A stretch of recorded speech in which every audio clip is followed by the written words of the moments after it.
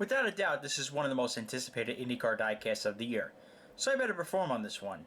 This is going to be a diecast review on the Romain Grosjean 2021 Nurtec ODT car for Dale Coyne Racing.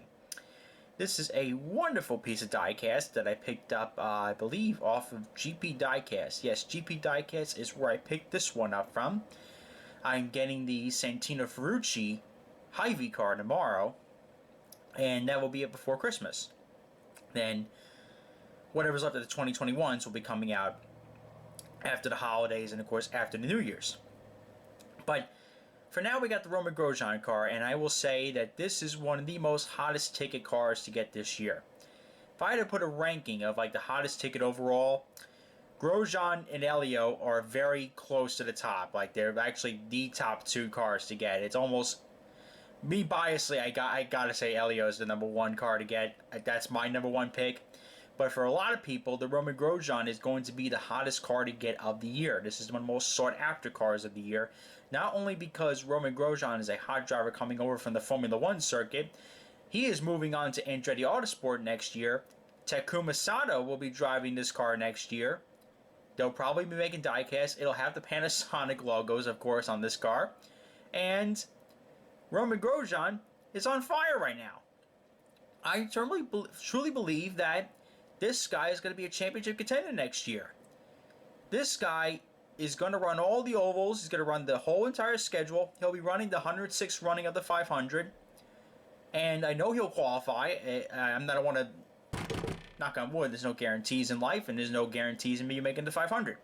But I know Roman's going to have a really good time running on the ovals, and I think he'll be well adapted, and I'm glad he warmed up to it, because you know what? I'm glad to have him as a full season contender. Got his feet wet this year with Dale Coyne Racing, but I'm telling you, when he goes to Andretti Autosport, man, this guy is going to be on fire. But anyways, enough about me talking about Grosjean itself. Let's talk about the diecast in general. This car is made on the oval configuration. I do not know if he tested with this particular livery. I would imagine so. He probably did test with it, or if not, he probably tested logically with Andretti Autosports. He would be in the 28 car. If he did not test it already with Dale Coyne, wouldn't make sense though, because he's leaving. I'm assuming that the test he did run was with Andretti Autosport in the DHL colors. So this is not a real livery here, people. I mean, not a real configuration. It's a real livery, but not a real car, pretty much. You know, it's pretty much a show car. But nevertheless, this is the perfect item to take to the track and get signed by Romain. Romain's a very nice guy. I met him in Mid-Ohio. Classy gentleman. He's not. I would have thought that him being this big name Formula 1 driver, he would be such a snob, but he is not. Not at all.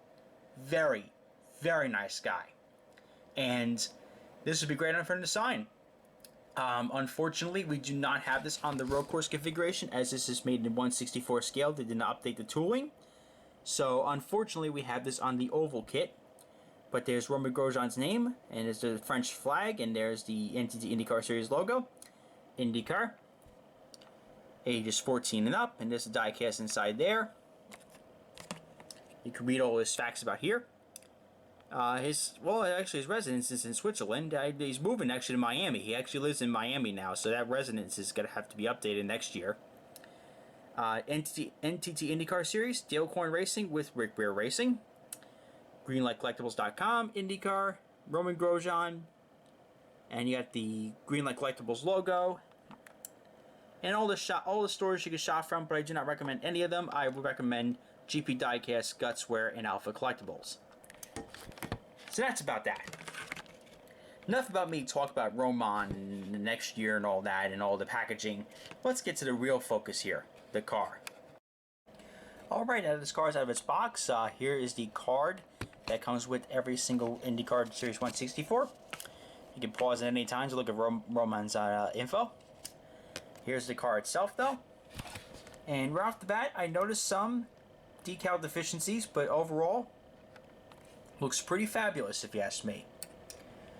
This car did not run in real life, but on the oval wing configuration, Pietro Fittipaldi did run with this car on the ovals in Texas and at Indianapolis, but he ran a tribute to the troops or whatever for the Indy 500.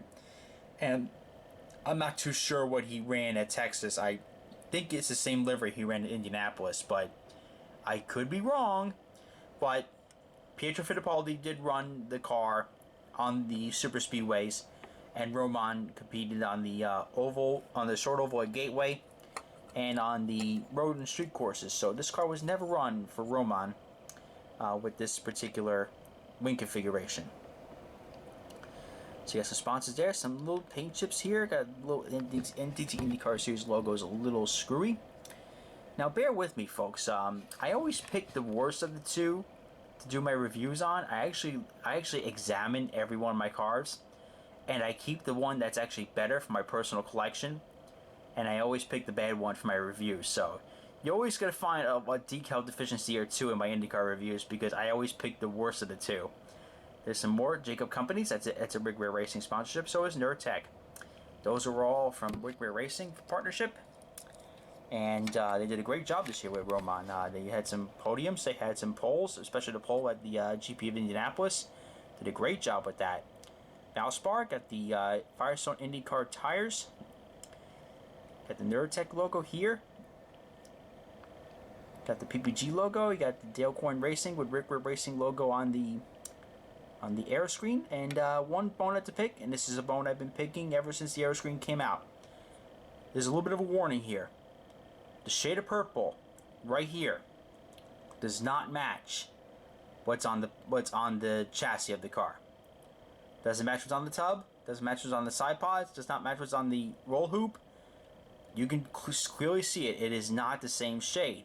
It's different decaling. The camera, you probably won't notice it in real, like when you're noticing it from far away, but if you look at it real closely with the camera, you will notice and point out that that is indeed a different shade of color. But that's my bone I pick with Greenlight all the time, and they've not improved that over the course of the year. I hope they change that in 2022. Got Grosjean's name underneath the aero screen. Got 51.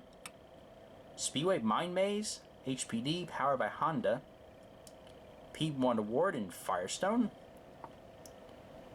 There's the rear tires. Okay, if you can read that, you're a true Indy 500 champion, a true Indy 500 fan. Well, let's actually get in focus first. That'd be great.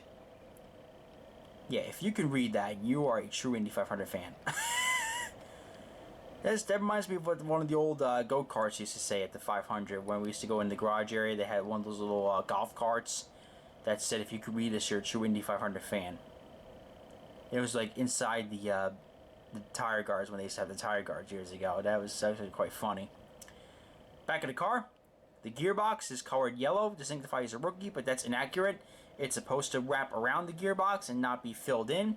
So that's another inaccuracy by Greenlight I have to call them out on. Hashtag Nurtec ODT on the rear wing. And this side is the same as the left.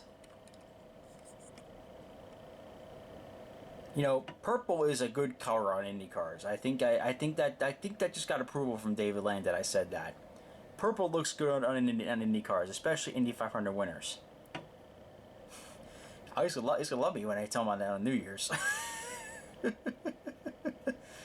Oh, it's a beautiful car, ladies and gentlemen. I really just cannot stress that this is a very high priority diecast. If you are on the fence about it, you better not be on the fence on it for long, because let me tell you, this thing is going to sell, and it's going to sell fast, and you are going to regret it.